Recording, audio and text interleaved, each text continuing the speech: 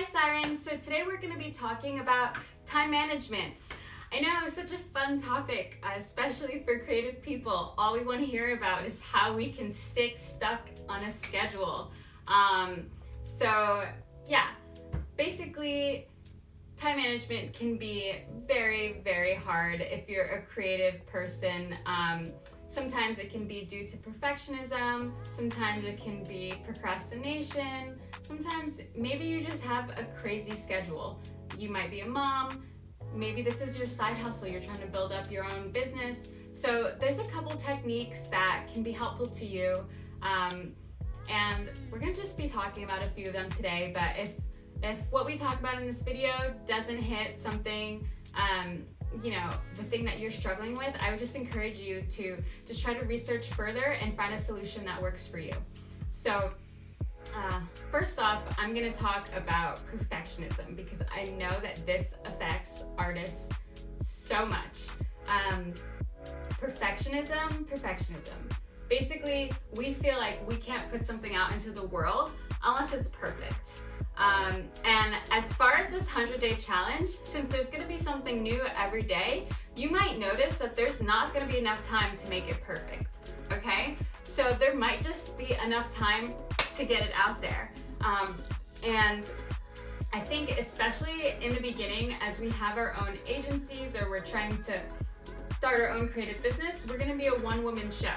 So a lot of things that are business related nowadays, a lot of seminars are really focusing on the aspect nowadays of just encouraging you that it doesn't have to be perfect, it just has to be out there.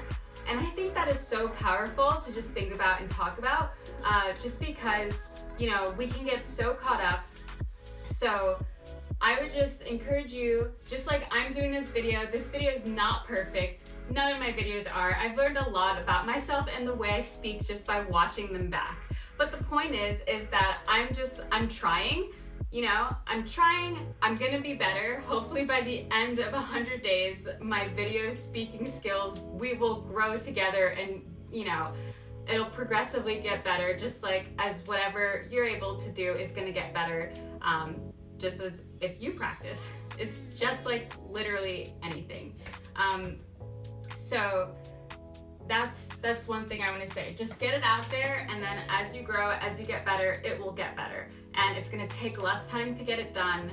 And as you're able to let go more, it's going to be better for your mental health, better for your anxiety. And especially as you see yourself crossing those lines, you'll be able to look back and see where you started, and it's going to be amazing. So don't worry about it. Trust yourself, trust the process, and people like to see you grow.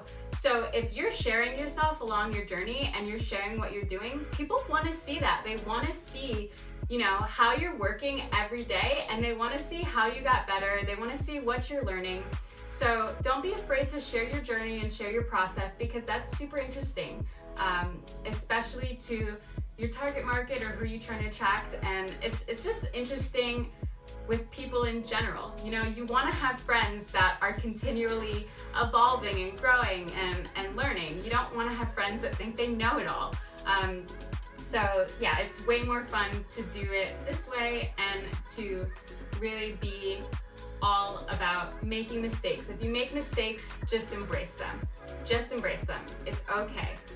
Okay, so the next thing I wanted to say is that we also have to get clear on how much time we have available to actually dedicating towards our projects or our work per week. So basically this is going to be your business, so you need to be able to create a schedule that you're comfortable with. That doesn't mean that it has to be every single day, but you should try to be as effective as you can during the hours that you are working. Right now, I'm living in France. They have a shorter work week here than they do in the United States. And one of the reasons for that is because although it's not 40 hours and it's 35, they are really effective in those 35 hours. And that is their goal. So even if you only have a short window of time, try to use that window of time to be way more effective. Another thing that has been helpful for me is to make sure that I'm doing things in the order that I feel most called to and more comfortable at that time. For example, if I have a long list of things I want to do, okay, I have to do maybe like some social media planning, I want to record these videos, I need to do some editing, I need to do some graphic design. Basically, I'm not going to try to force myself to record a video if I'm in a crappy mood, because I don't know, sometimes things happen and we're not perfect and life goes downhill and I didn't have a good day. So I'm not going to try to record a video on that day if I'm not feeling for it, you know? I'm going to try to maybe do something else, like some graphic design or something, and that maybe can pump me up, make me feel better, and I can really channel my focus or my energy into something like that.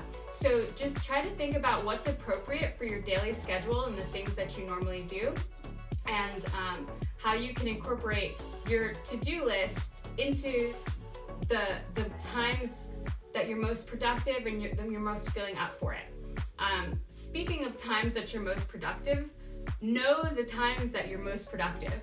So for me, I'm most productive like in the middle of the night. So that's not everybody's cup of tea, but I know a lot of artists that it is their cup of tea. So if you're a night owl, create during the night. Don't try to force yourself to wake up at 6 a.m. to try to make art if you make your best art at midnight. So just know what works best for you, know what works best for your productivity, and really, if you only have a few hours, use those hours as effectively as you can. Set alarms. So if you're one of those people that needs alarms, like for me, sometimes I've been productive in the past when I've set alarms. I've timed out, okay, from this time I want to do this, and I've set an alarm, okay, at this time I'm going to start this for this, and this for design, this for websites, and you just choose hour by hour, however you need to do it. For some people, the way they do it is they choose like one topic per day of the week. So maybe if you're producing something, or you know, if you're doing web design or something, on Wednesdays you just work on updating your website and your blog, and that's the day that you focus on that. And then on Mondays you can focus just on recording videos, like whatever it is that your art is, or whatever your creative outlet is, you can break down those tasks and focus, and all the other things that include being a one-woman show. You can try to break it down and choose different days that you focus on that. That way you can have a clearer mind, not like, okay, I have to do it all.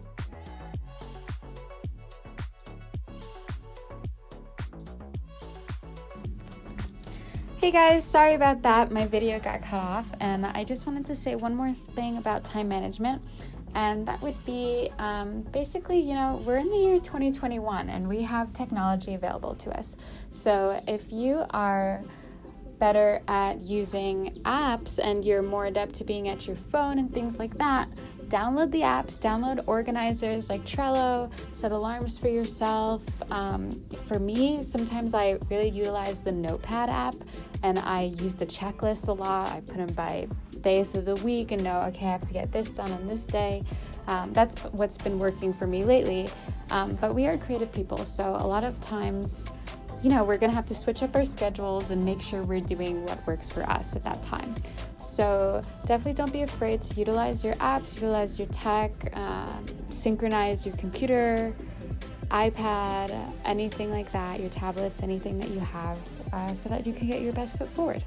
Okay, that's it. Thank you.